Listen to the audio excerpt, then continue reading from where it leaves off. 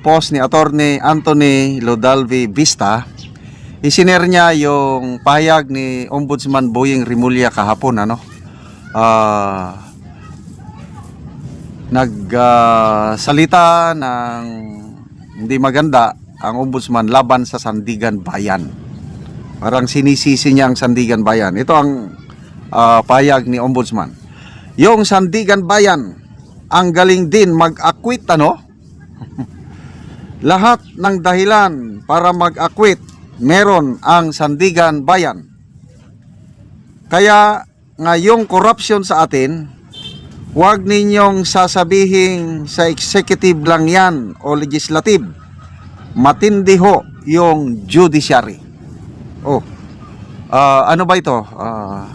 Mayroon na bang inakwit ng Sandigan Bayan na kaso na naisampa? Yung related sa flood control? Palagay ko wala pa namang na-acquit.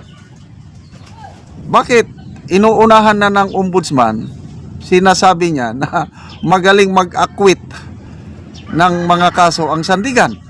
Grabe, mind conditioning ata ito eh. Ito, may napakagandang explanation ni Attorney Vista.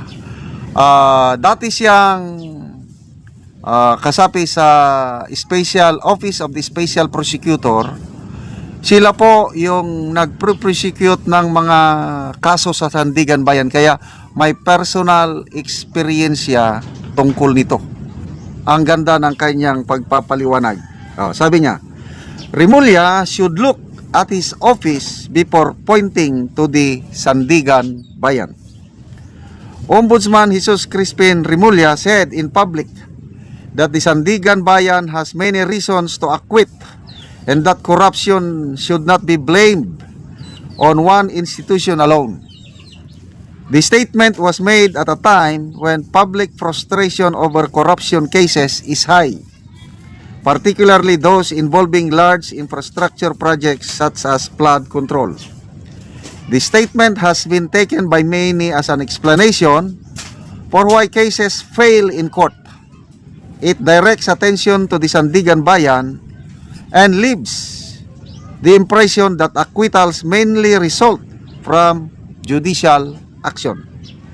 I write this as a former prosecutor of the Office of the Special Prosecutor who personally handled cases and appeared before the Sandigan Bayan.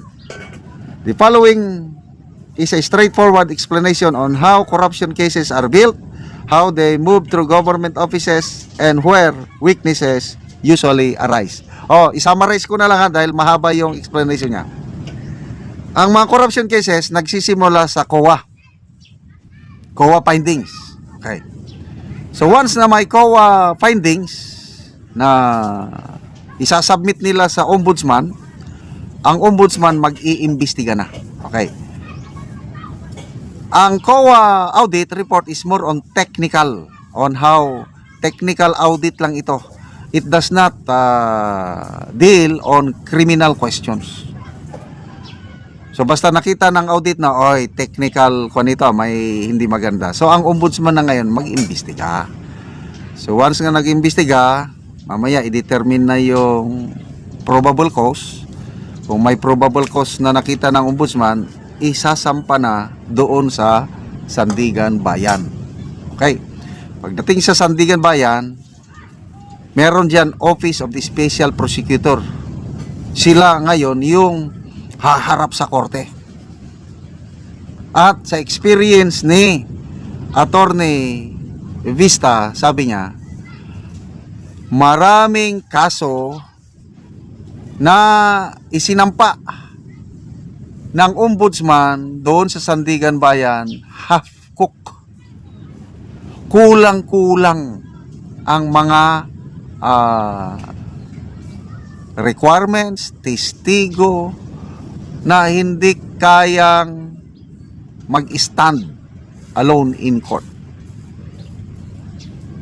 Kaya ang paliwanag niya dito na huwag mong sisihin ang Sandigan Bayan sa kaso na hapkok na i-prepare ng Office of the Ombudsman.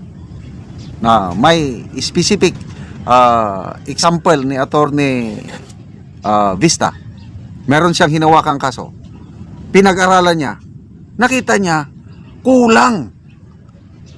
Matatalo yung kaso.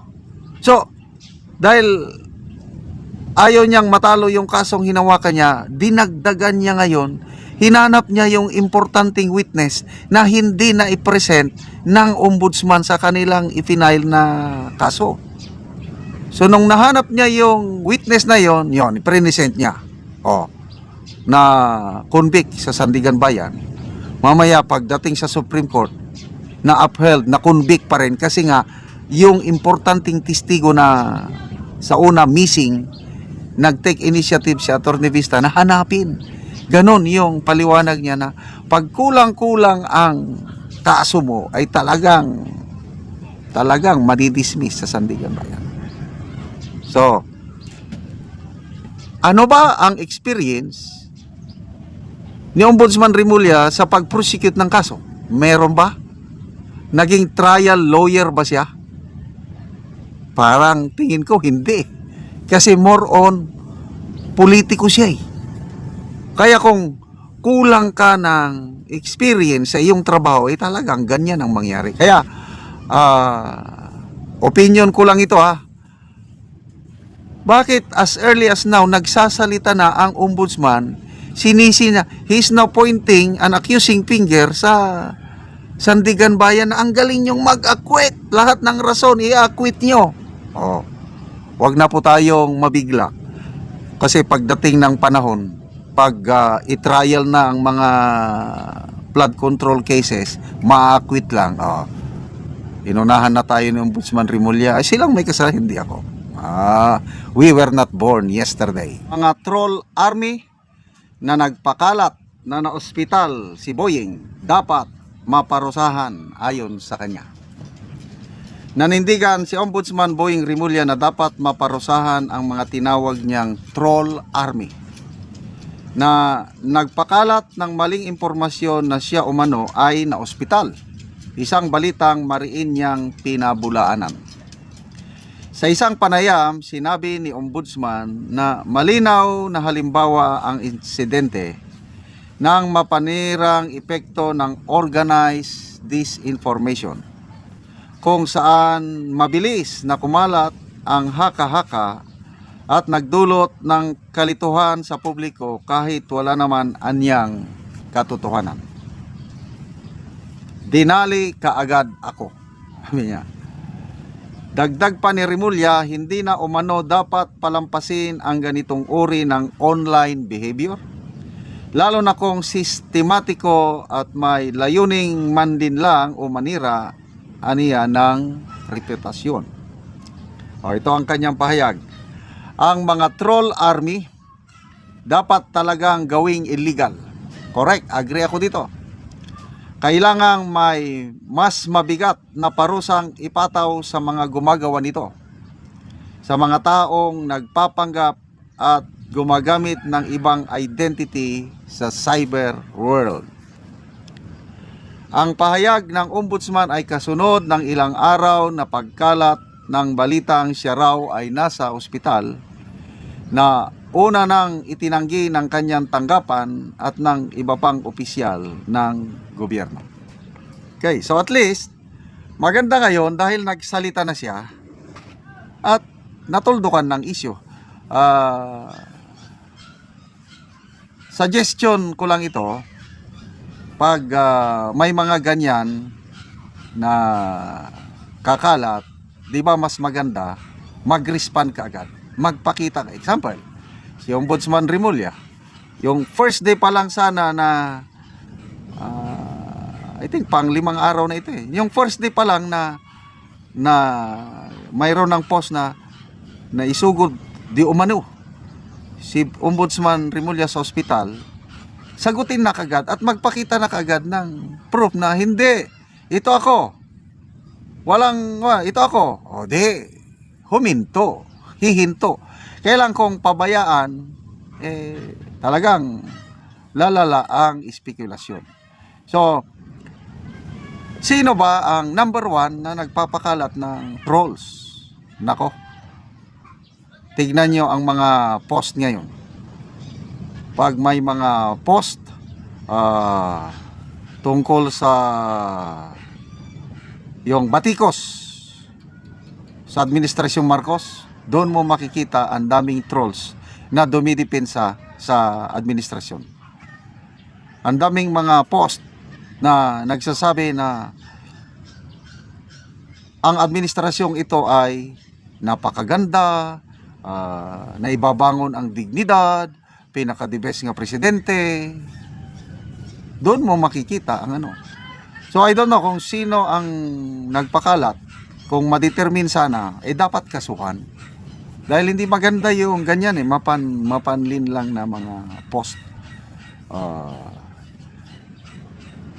Huwag tayong maniwala kaagad sa kahit anumang post na hindi nating suriin. Ako, saka lang ako nag-react after 3 days na ata nung mag-post itong si, kasi nakakabingi yung katahimikan 3 araw na. Tapos itong ang balita ngayon, meron siyang pinos na nasaan na si Boying Rimulya. That's the only time nagbigay lang ako ng reaction video at ako nanawagan na iba mas maganda na magsalita na. Nung nagsalita naman ang Office of the Ombudsman, si Assistant Ombudsman Clabano nagsalitang na wala mang pruweba. Dapat yung mga ganon is magpakita na ng pruweba na picture na kumakain o kaya picture na nag-golf.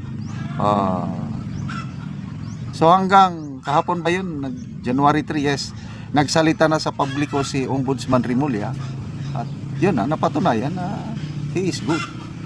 Kailangan natin ng ombudsman ngayon dahil itong laban kontra korupsyon, kailangan napaka-importante ang papel ng ombudsman. Kaya lang, nagtataka ako yung public announcement ni Ombudsman Rimulya kahapon is, sinasabi niya na ang Sandigan Bayan napakagaling daw mag-acquit ng kaso.